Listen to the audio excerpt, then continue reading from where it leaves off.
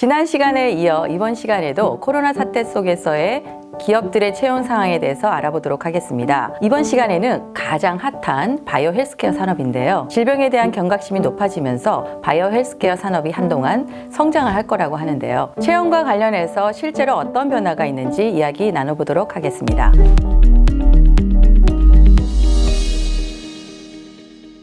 오늘도 함께 이야기를 해주실 커리어 케어의 바이오 헬스케어 분야의 전문 컨설턴트 두 분 모셨습니다. 안녕하세요. 커리어케어의 송윤순입니다. 안녕하세요. 커리어케어의 김나경입니다. 커리어 케어에서 가장 핫한 두 분, 그냥 요즘 잘 나가는 두 분 모셨습니다. 실적도 굉장히 좋으시고, 굉장히 잘 되신, 실력 있는 두 분이시니까 오늘 이야기 기대하겠습니다. 코로나 사태 속에서 어떻게 보면 약간 바이오 헬스케어 산업이 약간 이익을 보는 거 아니냐라는 이야기도 좀 있고, 실제로 또 주가도 많이 올랐잖아요. 눈에 띄게 실감나는 변화 어떤 게 있을까요? 이번 코로나를 겪으면서 호황인 곳이 생겨났습니다. 아, 그렇죠. 네, 그래서 진단업계가 일단 호황이고요. 바이오벤처 회사, 그 다음에 디지털 분야가 뜨고 있습니다. 말씀하신 대로 바이오 헬스케어 산업이 코로나 사태 속에서 이익을 좀 보고 부상하는 산업들이 있다고 하는데, 그래도 가장 눈에 띄는 분야, 그 분야는 어떤 게 있을까요? 가장 눈에 띄는 분야는 진단업계로 볼 수가 있겠습니다. 기본적으로 헬스케어는 전반적으로는 메디칼이 주도하는 시장이었죠. 근데 이번 코로나를 겪으면서 진단 시장이 굉장히 중요해지고 그 진단 회사들의 성장이 괄목할 만합니다. 대표적인 기업으로는 시젠, 마크로젠, 지노믹트리 같은 회사들이 있습니다. 그래서 이들의 성장은 유례없는 매출을 기록한 것도 사실입니다. 또한 세계적으로는 K바이오라고 하는 신조어가 생길 정도로 저희의 바이오 업계가 세계적으로 진출하는 계기가 되기도 했죠.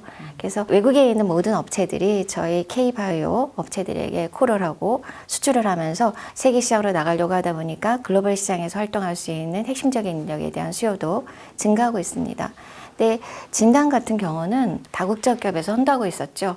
그래서 그들의 추격도 만만치 않게 빠르게 저희를 추격할 것으로 예상이 됩니다. 진단 쪽이라고 하면은 진단 시약 쪽이나 진단 키트 쪽 이쪽을 얘기하시는 거죠? 네, 맞습니다. 그런 쪽에서 필요한 인력들은 구체적으로 연구 쪽, 또 상품 개발 쪽, 또 글로벌 시장에 많이 진출을 하니까 글로벌 관련된 마케팅 인력이라든가 영업 인력 이런 인력들이 지금 많이 실제로 지금 찾고 있다는 얘기신가요? 네, 그렇죠.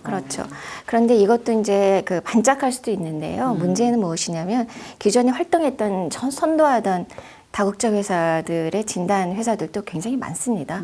그렇기 때문에 지금 현재는 긴급 판매 승인 이라고 하는 절차를 통해 수출이 자연스럽게 되고 있지만 앞으로는 선도했던 업체들과의 경쟁은 피해갈 수 없는 것이죠. 경쟁이 치열하면은 결국에는 한정된 인력 풀에서 그렇죠. 서로 영입하려고 하는 경쟁들, 그렇게 되면 몸값도 굉장히 많이 뛸 수 있겠네요. 그렇죠. 우리나라의 진단 업계가 글로벌로 된 거는 이번에 코로나 덕분입니다. 그렇죠. 그렇기 때문에 글로벌에서 활동할 수 있는 인력들이 사실은 굉장히 소수죠. 맞아요. 그리고 선도하고 있는 그 글로벌 사람들과의 경쟁은 피할 수 없을 것입니다. 세계적인 인력들과의 경쟁을 위해서는 우리나라의 진단 업체에서도 글로벌 인력을 아까 말씀하신 글로벌 인력들을 지금 수요하고 있는 상태입니다. 그럼 만약 그런 인력들을 채용을 해야 된다 그러면은 주로 어느 쪽 분야에서 사람들을 데려와야 되는 거예요? 지금 미국에 나가 있는 저희 한국인 대상으로 해서 해외 인력들이 한국으로 유입하는 그런 방향이 지금은 가장 손쉬운 방법이 아닌가 싶습니다. 해외 인력들을 수급해 그렇죠. 오는 경우도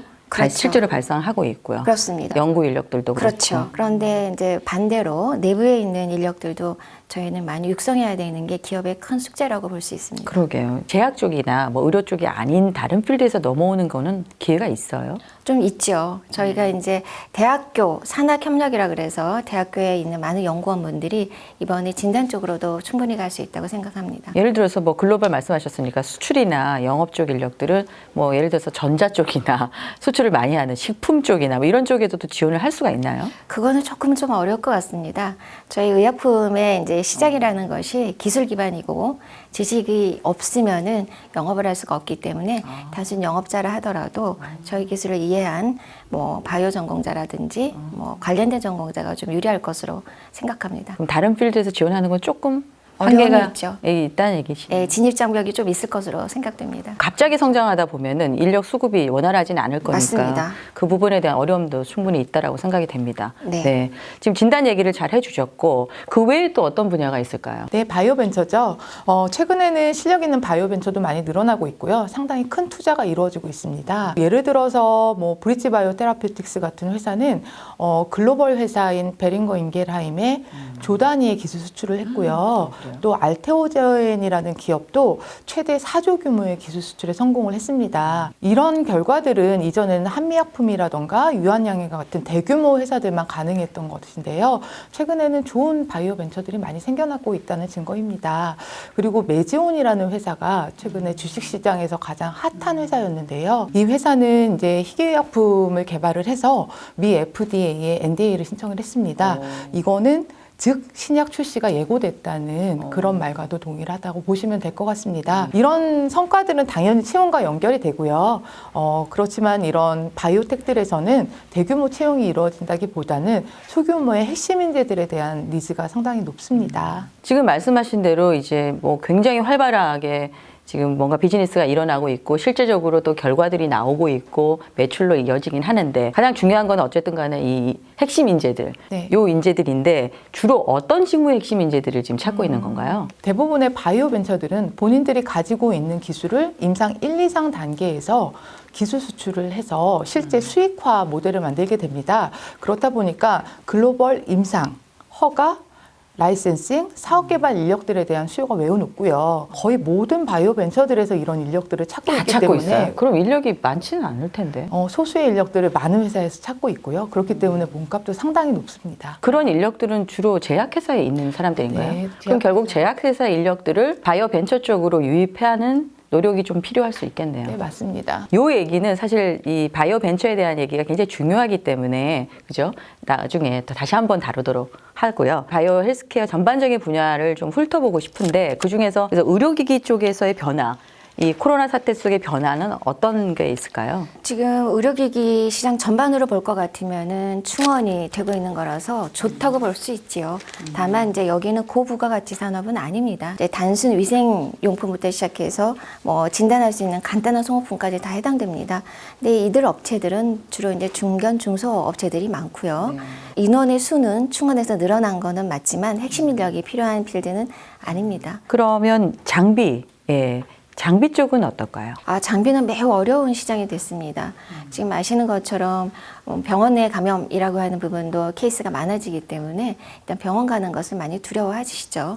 그래서 아주 일정도 연기하고 있기 때문에 관련된 장비는 굉장히 어려운 시기이고요. 또 장비와 맞물려서 관련된 소모품 시장도 굉장히 어려움을 같이 겪고 있습니다. 그럼 의료 장비 쪽 시장의 채용 수요는 지금 별로 한동안은 없다라고 봐야 되는 거예요? 네네, 한동안은 프리징 될 것으로 보입니다. 거의 프리징 된다. 네. 국내든 외자 쪽이든 다 마찬가지로. 네, 저희가 병원을 안 가기 때문에 아. 기본적으로 그런 병원이 이제 활발하게 영업을 시작하는 시기까지는 상당 기간 좀 어렵지 않을까 생각됩니다. 그래도 장비 쪽은 거의 꾸준히 채용이 이루어졌었는데. 그렇죠. 네, 그 시장마저도 지금은 현재로서는 어렵다고 보여집니다. 네, 약간 얼어 있다 이렇게 네. 봐야 되겠네요. 네네. 알겠습니다. 제약도 마찬가지일 것 같아요. 지금 뭐 약에 대한 수요도 많이 이제 없을 것 같고 병원 안 가니까 진단도 안 받으니까 제약회사도 좀 같이 어려워지는 상황이 될 것 같은데. 저희가 생각했을 때 코로나 이후에 가장 큰 두 가지 채용 트렌드는 디지털라이제이션하고 오픈 이노베이션으로 볼 수 있습니다. 쉽게 말해서 이전에는 이제 영업사원들이 병원을 방문해서 의사나 약사들에게 약의 정보를 제공을 했는데요. 이제는 디지털화해서 의사나 약사들이 직접 모바일이나 외부로 접속해서 약의 정보를 직접 보게 되는 방식입니다. 그렇다 보니까 이 디지털 인력들이 많이 필요로 하고 있고요. 각 제약회사에서 뭐 디지털 마케팅 인력, 그 다음에 디지털 시스템, 뭐 오퍼레이션을 할 수 있는 인력이라던가 기획자, 그 다음에 이커머스 인력들에 대한 수요가 상당히 높아지고 있습니다. 코로나 때문에 비대면이 활성화되면서 결국 영업사원들이 이제 의사들을 만나서 영업하는 그런 패턴 이런 것들이 지금 바뀐다는 얘기신 거잖아요. 점점 변화하게 될 거고요. 장기적으로는 영업사원들의 수가 이전보다 많이 줄어들게 되지 않을까라고 조심스럽게 전망을 하고 있고요. 이를 대체하기 위해서 이제 MSL이라는 그 직무가 뜨고 있습니다. 이전에는 이제 내근직으로 학술 업무에 집중하시던 분들이 주로 뭐 의사나 약사들로 구성된 인력들이 현장의 의사들한테 조금 더 전문적인 지식들을 전달하거나 혹은 이제 디지털 강의를 만드는 인력들이 되겠습니다. 그렇다 그러면 제가 이제 추측해 볼 건데 약사나 의사들을 인하우스로 초대하는 이런 채용도 있을 수 있다는 얘기네요. 기존에도 상당히 많기는 했는데요. 앞으로는 수요가 더욱더 많아질 것이라고 생각이 듭니다. 그럼 의사분들한테는 좋은 기회가 많이 열려 있을 수 있겠네요. 꼭 다양한 병원에만 업무를- 있는 게 아니고. 그렇죠. 다양한 업무를 경험하실 수 있을 것 같습니다. 돈은 많이 주나요? 일반 직원들보다 라이센스를 가진 이제 직원들은 급여가 높죠. 네. 얼마 정도? 회사마다 다르고 컨피덴셜입니다. 미리 해주세요. 아까 언급하셨던 사모님께서 오픈 이노베이션 얘기가 있었는데 네. 정확하게 오픈 이노베이션을 많은 분들이 모르실 것 같아요. 네. 그거에 대한 설명 좀 부탁드리겠습니다. 제약업계에서 오픈 이노베이션이라고 하면 사실 신약 개발을 활발하게 하고 있는 대형 제약회사들이 있습니다. 뭐 대웅제약이나 LG제약이나 뭐 유한양행, 종근당 같은 회사들이 뭐 학계나 혹은 바이오텍에 좋은 물질을 발굴을 하고요.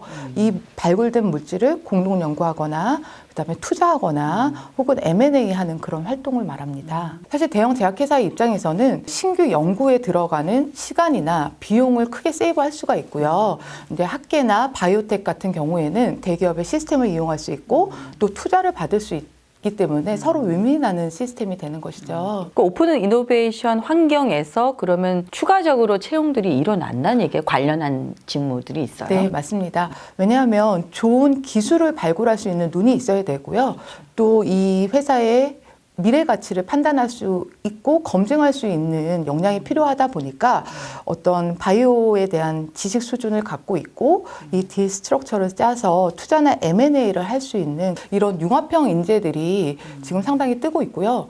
그렇기 때문에 몸값도 상당히 높아지고 있습니다. 아까 투자 얘기 잠깐 하셨는데 네. M&A 인력도 그럼 결국 필요할 수도 있겠네요. 네, 상당히 저희한테도 채용 의뢰가 많이 들어오고 있습니다. 그래서 학업적인 백그라운드가 바이오이면서 그 M&A나 투자를 할 줄 아는 인력들에 대한 수요가 상당히 높습니다. 여기서 무조건 M&A 인력은 아니고 바이오에 대한 전문 지식이 있는 M&A 경험자들을 찾는 게 지금 다 특징이네요. 네, 그죠? 맞습니다. 네. 아까 그 초반에 우리가 바이오 벤처가 뜨는 것 중에 가장 눈에 띄는 분야라고 말씀을 잠깐 언급을 하셨는데 실제로 바이오 벤처가 되게 중요해진 건 맞는 것 같아요. 네. 왜냐하면 과거의 바이오 벤처 상황과 지금 상황이 매우 달라진 상황이기 때문에 그 이야기를 좀 해야 될 것 같은데 실제로 바이오 벤처가 많이 생겨나고는 있는 거예요? 우리나라에서 가장 많은 투자를 받고 있는 업계가 바이오벤처입니다. 투자 환경이 좋아지면서 학계에 있는 교수님들이라던가 해외 연구자들 그리고 대형 제약회사의 핵심 인재들이 나와서 창업을 활발하게 하고 있습니다. 과거 10년 내지는 또 15년 전만 해도 바이오 벤처로 가라고 하면 거의 다 안 가잖아요. 네. 왜냐하면 그때 굉장히 리스크 테이킹도 해야 되고 또 급여에 대한 부분도 좀 불안한 것도 있고 실제로 이게 사업성이 될 수 있느냐에 대한 의문점도 많았기 때문에 네. 실제로 바이오벤처에 대한 입사를 꺼려하는 게 굉장히 많았는데 네. 지금은 어떨까요? 현재도 리스크가 아예 없다고 말씀드릴 수는 없습니다. 그렇기 때문에 벤처고요. 우리가 많은 사례들에서 잘 가다가도 임상 뭐 2, 3상에서 무너지는 회사들도 봤기 때문에 그런 수많은 실패를 경험을 하면서 우리나라의 바이오 벤처들이 많이 성장을 했고요. 또한 이들이 서로 연대하고 네트워킹 하면서 성공한 벤처를 벤처가 배우는 그런 살롱 문화들도 생겨나고 있습니다. 그래서 대전이나 판교 같은 데에는 그런 살롱 문화가 활발해지면서 좀 리스크를 줄여가자라는 환경이 만들어지고 있고요. 또 바이오텍의 대표들도 이 건전한 생태계를 위해서 자기 검증이라던가 혹은 퀄리티 시스템 강화 등을 앞장서서 하고 있습니다. 그래서 구직자분들께서는 이전보다 바이오벤처에 도전을 하실 때 좀 안심하고 도전해도 된다고 감히 말씀드릴 수 있을 것 같고요. 또 저희와 같은 바이오 전문 헤드헌터와 좀 상의를 하셔서 회사에 대해서 꼼꼼하게 알아보고 가시면 도움이 될 것 같습니다. 네, 우리 김나경 상무한테 연락 네, 주세요. 저에게 연락 주세요. 좋은 일이 있을 거예요. 뭐 좋은 환경이라고는 하기는 하지만 네. 실제로 처우 같은 건 어때요? 바이오벤처들이 앞서 말씀드렸듯이 소수의 핵심 인재들을 찾고 있기 때문에 최근에는 상당히 연봉 수준이 높아졌습니다. 그리고 연봉 외에 사실은 이제 스탁 옵션을 제공을 하기 때문에 회사가 성장하는 만큼 직원 개인도 성장할 수 있는 환경을 만들어주고 있고요. 사실 이런 이제 급여, 샐러리 외에도 자기 주도적으로 일할 수 있는 문화라던가 평등하고 공평한 그런 일할 수 있는 문화들이 잘 형성이 되어 있기 때문에 샐러리뿐 아니라 업무 환경도 상당히 좋아졌다고 말씀드릴 수 있습니다. 바이오벤처에도 여러 가지 형태가 있지만 큰 대형자 회사에서 투자를 해서 설립한 바이오벤처들은 상황이 그래도 조금 더 낫지 않을까 싶은데 어때요? 아무래도 초반에는 모 회사의 힘을 얻을 수 있기 때문에 그렇다고 할 수 있습니다. 뭐 대웅제약 같은 회사들은 본인들이 연구한 기술을 스피노프해서 벤처로. 벤처 기업을 만들기도 하고요. 또 유한양행 같은 회사들은 좋은 바이오 벤처에 투자를 해서 그 인큐베이팅을 하고 있습니다. 오히려 그런 경우에는 사실 네임밸류가 뒤에 있으니까 네. 지원하거나 이럴 땐 조금 안심이 될 수도 있겠네요. 아무래도 그렇죠. 그럴 수 있습니다. 신뢰 있고 큰 대형 제약회사가 어마어마한 자금을 투자했을 때는 그만큼의 기술 가치가 있다라고 판단할 수 있기 때문입니다. 비전도 있을 것이다. 네, 맞습니다. 네. 그럼 바이오벤처 쪽에서도 해외 인력에 대한 수요가 급증을 하고 있는 건가요? 급증이라고까지는 말할 수 없지만 증가하고 있는 건 사실인 것 같습니다. 아주 저희가 예상하지 못했던 유명한 인물들이 한국으로 들어옵니다. 그래서 저희 업계가 모두 놀라고 있는데요. 앞으로 이런 트렌드는 좀 가속화될 것 같습니다. 앞에서 이야기했던 브리치바이오 같은 업체에서도 미국에 있는 유명한 저명한 교수님을 영입해 왔고요. 그 외에 바이오벤처 회사에서도 순수 외국인을 영입해서 저희 업계를 모두 깜짝 놀라게 했던 것 같습니다. 근데 이것은 정부에서도 아주 정책적으로 지원하고 있는 힘이 굉장히 강한 것 같습니다. 정부 지역에서 이제 미국에는 스탠포드 대학을 중심으로 또는 영국엔 옥스퍼드 대학을 중심으로 서로 연구를 같이 하고 있기 때문에 그 루트를 통해서 한국의 과학기술의 발전에 위상도 서로 인식하고 한국에 들어올 수도 있고 서로 협업할 수 있는 파트너로 인식되면서 많은 해외 인력들이 유입이 되고 이동하는 그런 현상이 최근에 일어나고 있습니다. 네, 마지막 질문이 될 것 같은데 코로나 사태 속에서의 이 바이오 헬스케어 사업이 사실 확 뜬 건 맞고 실제로 채용하고도 연결이 많이 되어 있는데 반짝일 수도 있다라는 전망도 할 수 있잖아요. 이게 사라지면 또 옛날같이 또 돌아가는 거 아닌가? 어떻게 전망하세요? 너무 기분 좋은 반짝입니다. 왜냐하면 헬스케어는 질병과 무관하지 않고 밀접한 관계가 있었기 때문에 질병에 대한 관심과 투자는 지속적으로 있어 왔습니다. 그래서 헬스케어의 발전은 지속적이었는데 이번 코로나 사태를 겪으면서 진단 시장이 중요해졌지만 저희가 더 중요하게 생각하는 건 백신 시장입니다. 지금 그 관련된 백신이 없기 때문에 저희 모든 인류가 팬데믹에 들어있지 않습니까? 그래서 백신과 빠른 진단과 질병의 치료약 개발은 꾸준히 투자가 되고 많은 사람들이 그 일자리가 창출될 수 있는 급격하게 성장할 수 있는 곳을 전망하고 있습니다. 저도 헬스케어 시장은 계속 성장할 거라고 생각하는데요. 단지 이제 질병의 치료뿐 아니라 이제는 삶의 질이 상당히 중요해진 시대가 되었습니다. 그래서 우리의 삶을 풍부하게 해줄 수 있는 다양한 의약품이라던가 의료기기들이 계속 개발될 것이기 때문에 헬스케어 업계는 계속적으로 발전할 것이라고 생각합니다. 네, 오늘 두 분 말씀 감사합니다. 코로나 사태는 국내 헬스케어 산업의 성장을 앞당기는데 큰 영향을 준 것은 사실인 것 같습니다.